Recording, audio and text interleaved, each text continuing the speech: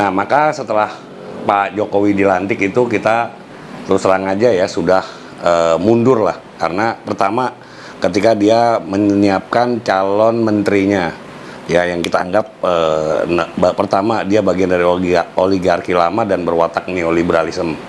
Dan akhirnya sekarang nyata gitu loh, bahwa mereka lah yang menguasai republik ini. Sebetulnya apa yang dilakukan oleh Kaisang bersaudara ini atau anak-anaknya Pak Jokowi ini kan sudah dilansir oleh kalau nggak salah tuh pengamatnya namanya Semi lah di tahun 2020 apa berapa gitu ya, tentang kejanggalan proses dia memperoleh suntikan dana sebesar 71 miliar untuk usaha es doger dia pada saat itu. Dia juga harus membuktikan kan bahwa keluarganya itu bersih, tidak ada KKN, ya, tidak terlibat nepotisme dan kolusi itu. Ya, jangan berlindung nantinya di balik suara-suara sumbang yang tidak ingin republik ini hari makin baik, yang mengatasnamakan relawan tadi. Persoalannya dibutuhkan bukan hanya kesederhanaan rakyat biasa, ya kan, orangnya yang kurus gitu loh. Tapi dibutuhkan ketegasan, keberanian.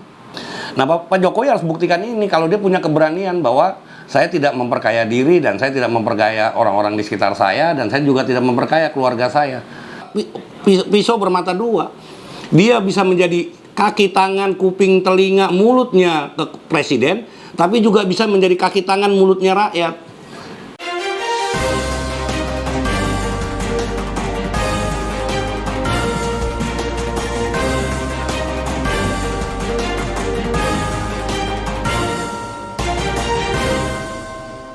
One Kewan TV One. Memang benar Badan Relawan Nusantara itu adalah bagian dari proses Pilpres pada saat itu yang kebetulan bergabungnya banyak relawan-relawan. Sebelum jadi Badan Relawan Nusantara, saya ketua BPPAR namanya, Badan Pekerja Pelaksana Agenda Rakyat. Pasca menjelang pelantikan itu kita menyatukan diri menjadi BRN karena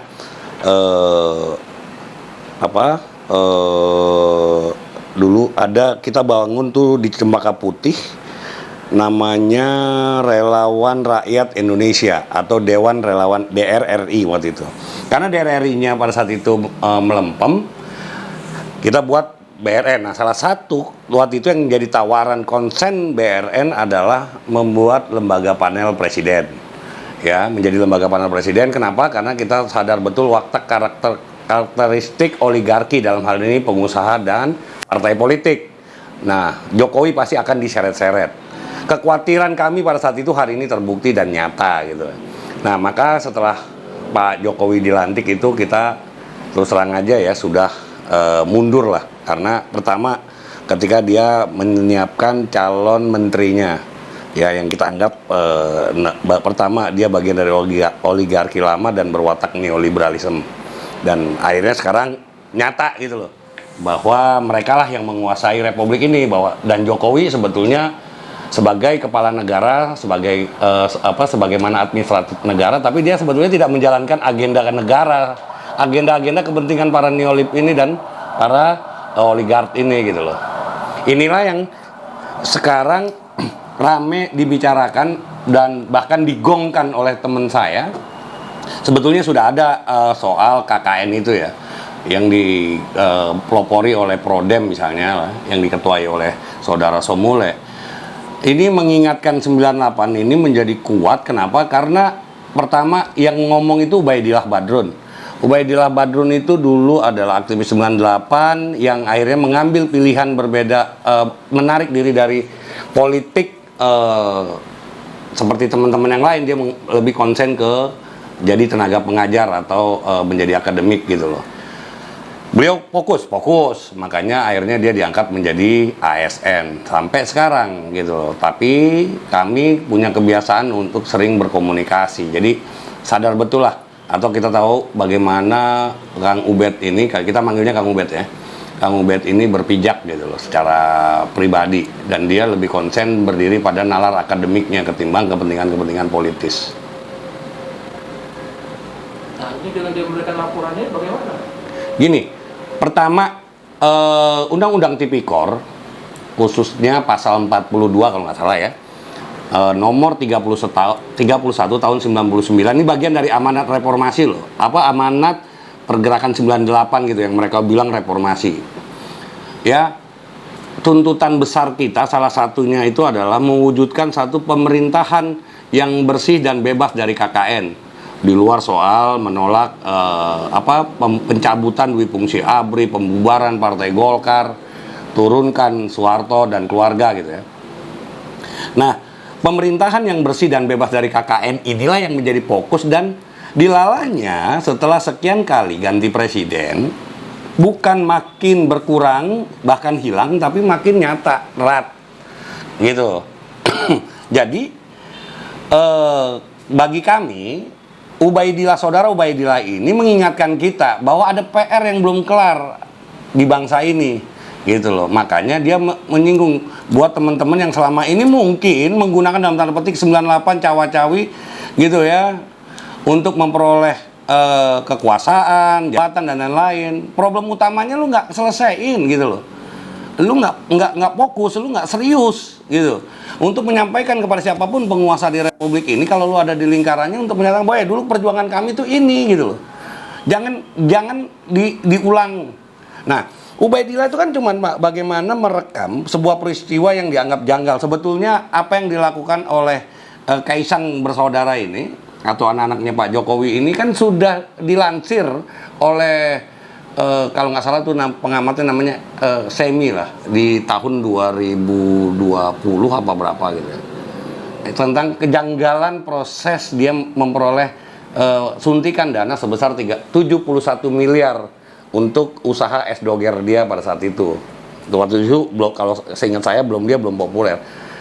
Nah, itu problemnya kan pada saat itu ketika ini muncul di publik dan para pengamat dan peneliti melihat ada kejanggalan itu kan, tidak ada orang yang kayak Kang Ubed di hari ini. Nah, misalnya narasi yang disampaikan oleh Kang Ubed, kenapa dia menyampaikan itu, indikasinya kenapa dianggap kuat dan dia memiliki data dan fakta gitu ya, yang hari ini sudah diserahkan ke KPK kata dia ya. Nah, ini kan yang perlu diuji. Itu adalah pertama tentang kasus sebuah perusahaan yang melakukan pembakaran hutan, ya kan, diponis oleh pengadilan dari tuntutan 7 hampir 8 triliun menjadi 78 miliar gitu. Nah, habis itu dia bergabung dengan perusahaan anak-anak presiden ini. Nah, terus sampai akhirnya muncul penunjukan menjadi kedubes. Ini kan yang dianggap kejanggal nih. Apakah ini suatu peristiwa yang terpisah atau kait mengait? Nah, kalau kita otaknya waras kan nggak mungkin ini tidak terkait ini.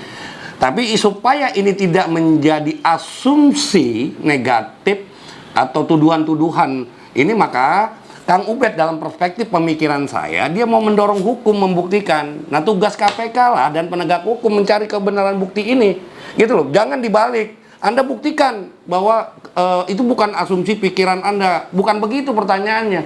Dan bukan pertanyaannya boleh atau tidak anak presiden jadi pengusaha. Bukan itu, tapi ada keanehan-keanehan yang harus dijawab. Kita ini kan negara hukum. Maka Kang Ubed sudah tepat sebagai warga negara yang baik, dia melaporkannya melalui jalur yang tepat, jalur hukum. Nah, jangan juga dibalik menjadi sesuatu yang kalau enggak nanti ini berbahaya. Akan banyak orang ketika melihat ada sinyalemen, ada indikasi korupsi, dia akan jadi takut karena takut terlapor, akan takut tertuduh balik. Nah, pertanyaannya mau serius apa enggak? Ya, di sisi yang lain kan katanya Pak Jokowi mau serius nih terhadap pemberantasan KKN, ya, korupsi, kolusi dan nepotisme. Bahkan dia pernah membuat kepres ya, kalau nggak salah, ya, tentang bagi mereka yang ingin yang membantu proses penegakan hukum ini soal korupsi, bahkan akan dihadiahi sampai maksimum 200 juta atau 1/1000 dari jumlah tuntutan maksimum 200 juta, kira-kira gitu. Nah, apakah ini lip service? Ayo kita buktikan. Makanya saya mengapresiasi ketika Gibran bilang ya bahwa saya tidak akan melaporkan balik Kang Ubed. dan meminta kepada relawan-relawan Jokowi untuk tidak melakukan balik. Oke, kita apresiasi. Selanjutnya kita berharap, ya kan, agar Gibran juga menghormati proses hukum, KPK berani serius. Nah, bagaimana Gibran mau mengikuti proses hukum kalau KPK-nya nggak serius gitu loh? Bahwa nanti setelah penyelidikan apa yang dilaporkan oleh Kang Ubed kurang atau tidak tepat, ya monggo, itu setelah hasil pemeriksaan di KPK. Jangan diponis dulu sekarang gitu loh. Biar proses hukum, kan kita kepengen bangsa ini tegak, ya, bangsa ini tegak, hukumnya berpijak di rel yang tepat gitu loh kan, kekuasaan berjalan di relnya yang tepat seperti yang tadi saya bilang, agar pemerintahan ini menjadi bersih dan bebas dari KKN gitu loh. Bahwa nanti ada orang-orang yang menyatakan bahwa ini ada kepentingan politis, ada yang mau memanfaatkan, ya perjuangan politiknya pasti politis gitu loh. Yang mau memanfaatkan ya silahkan, tinggal adu kuat aja kita gitu kan. Gitu loh. Kalau mereka mau memainkan narasi-narasi seperti ini untuk kepentingan jangka pendek, saya yakin kok, ya alam Indonesia akan menghabisi mereka, dan pelan waktu, pelan atau lambat akan memunculkan kok putra-putra terbaik bangsa ini. Jangan khawatir lah gitu loh. Ini kan orang-orang parno aja karena kebetulan ada di kekuasaan, sensitif dengan orang yang tidak di kekuasaan. Yang di kekuasaan melihat bahwa, yang tidak di kekuasaan melihat bahwa seakan-akan peristiwa yang dilakukan oleh Kang Ubed ini menjadi bola buat mereka untuk mendapatkan panggung gitu. Saya nggak ngeliatnya kayak gitu. Saya melihatnya lebih Kang Ubed lebih karena dia pertama memahami betul sebagai seorang akademik, anak bangsa yang punya integritas, moral, berkewajiban untuk menyampaikan apa yang dia analisa, dia kaji, ya kan, dan dia menemukan fakta dan bukti. Dan ini sangat membahayakan bagi perjalanan Republik ini di bawah kekuasaan Pak Jokowi. Ya saya pikir itu yang harus kita lihat lebih utuh gitu loh, bukan diksi-diksi yang menstigmanisasi seakan-akan A, B, C, D, bahwa Ubed itu kader partai, bahwa Kang Ubed itu di belakangnya ada tokoh-tokoh yang tidak suka dengan Jokowi. Jangan itu, berarti kan pertanyaannya yang tidak suka hukum ini tegak siapa? Kalau saya, ya, jadi Jokowi hari ini, saya akan bilang, biarkan proses itu jalan. Saya akan apresiasi jika KPK serius. Ya, saya minta semua jangan menghalangi. Ya kan? Agar dia juga harus buktikan kan bahwa keluarganya itu bersih, tidak ada KKN, ya, tidak terlibat nepotisme dan kolusi itu. Ya, jangan berlindung nantinya di balik suara-suara sumbang yang tidak ingin Republik ini makin hari makin baik, yang mengatasnamakan relawan tadi. Berarti semestinya adanya kasus ini kesempatan bagi keluarga Jokowi untuk dapat mengklarifikasi. Kalau dia besar, kalau dia benar, ya kan, dorong saja agar publik juga tahu bahwa saya memang melakukan ini kepada siapapun, keponakan saya, sepupu saya, termasuk anak saya. Ya kan, kalau dia ragu, dia takut, ya kan, ya justru jadi orang makin meyakinin apa yang disinyalemen itu benar adanya, bahwa lingkaran istana, terutama keluarga Jokowi itu bermain dengan kolusi dan nepotisme itu untuk memperkaya dirinya. Dukungan pada Bang Ubed ini sebenarnya moralitas atau apa sih dari dalam? Kalau saya lihat pertama mengingatkan bahwa tuntutan besar perjuangan di 98 yang dulu dimotori oleh teman-teman mahasiswa itu adalah mewujudkan satu pemerintahan yang bersih dan bebas KKN. Nah, kalau ditanya apakah ini moralitas atau tidak, itu bagian dari moral kita, moral perjuangan kita. Setelah sekian puluh tahun, ya 20 tahun lebih, ya kekuasaan Orde Baru jatuh, tetapi kan kita lihat kalau candaannya Gus Dur kan dulu pada korupsi di bawah meja. Ya, sekarang katanya zamannya Gus Dur itu sudah di atas meja. Nah, mungkin lebih jauh lagi kalau sekarang sama meja-mejanya dibayar. Kan gitu. Kira-kira gitu. Sebagai mantan relawan. Pemenangan, relawan Jokowi. Apa yang harus disampaikan kepada Jokowi secara pribadi dari Bang Edi? Ya, saya dulu dengan teman-teman menyepakati kenapa harus mendukung Jokowi. Pertama, hal yang paling prinsip kita sampaikan, Jokowi ini benar tagline Jokowi pada saat itu dianggap bukan siapa-siapa dan bukan apa-apa. Artinya dia bukan dari keluarga mantan pejabat, keluarga dari oligarki pada saat itu ya. Nah, kita berharap dari orang seperti begini bisa menumbuhkan semangat spirit bahwa benar semua warga negara berkesamaan peran kedudukan di dalam republik ini. Nyatanya, tapi kan kita sadar betul dalam politik bahwa tidak ada sesuatu yang serta-merta atau tiba-tiba. Pasti semua ada hidden agenda, ada persiapan, ada segala macam, ada perencanaan gitu kira-kira. Makanya waktu itu kita selalu sampaikan lewat dulu menerjemahkan nawacita Pak Jokowi bahwa apa yang Anda perjuangkan tentang nawacita, tentang Trisakti itu tidak mudah. Ini akan berhadapan dengan oligark yang hari ini terbukti gitu loh. Persoalannya dibutuhkan bukan hanya kesederhanaan, rakyat biasa, ya kan? Orangnya yang kurus gitu loh. Tapi dibutuhkan ketegasan, keberanian. Karena keberanian ini datang bukan dari proses belajar, harus dari nyali kok. Dan terbukti Jokowi nggak punya nyali. Maka kalau ditanya saran saya Pak Jokowi, ayo kalau ingin masih ada waktu nih sebelum 2024 habis, Anda mau bikin satu policy yang baik nggak buat bangsa ini? Buktikan, Anda harus berani gitu loh. Misalnya kasus kemarin dana bansos, ya kan? Sampai sekarang kita nggak tahu nih penyelesaiannya kayak apa kan? Satu. Yang kedua, ada indikasi lagi bahwa kabinetnya terlibat. Kan naib nih, rakyat lagi susah, sengsara pada saat itu ya. Tidak diperbolehkan keluar dari rumah, dibatasi dengan alasan social distancing dan segala macam. Tetapi harta pejabat naik. Itu kan satu indikasi yang aneh nih. Kejanggalan-kejanggalan yang perlunya sebetulnya harus dipertanyakan juga.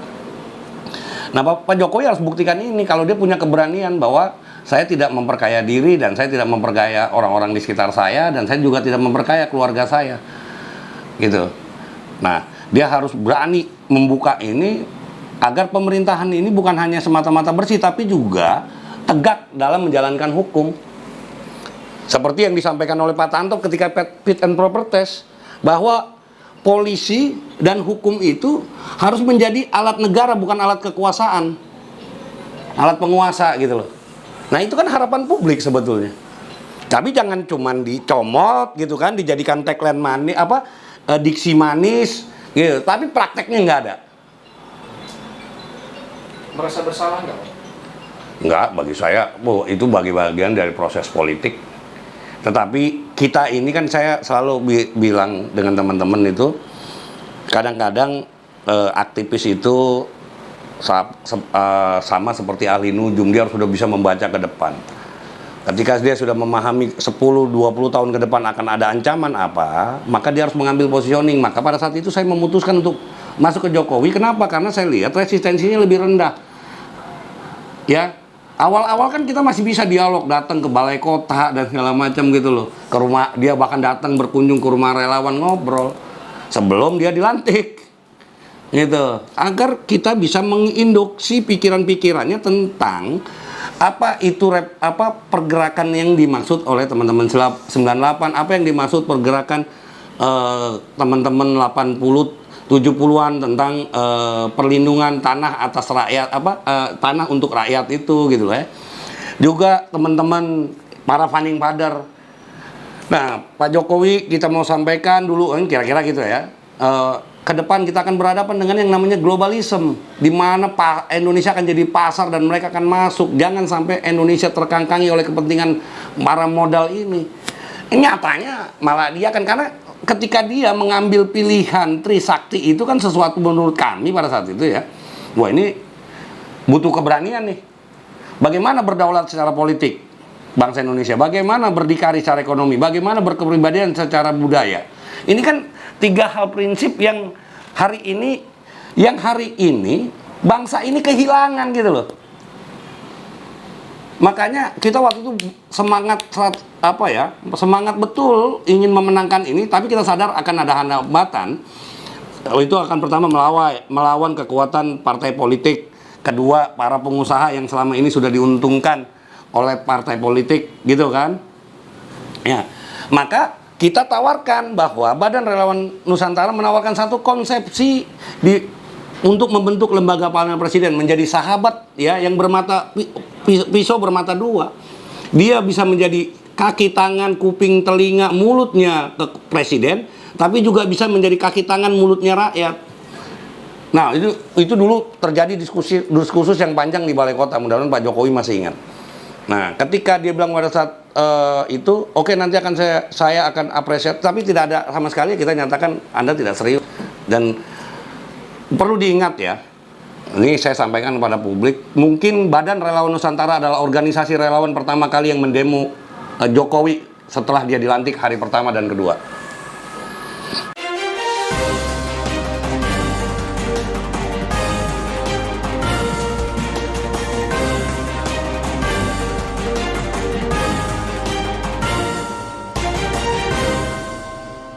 One K1 TV1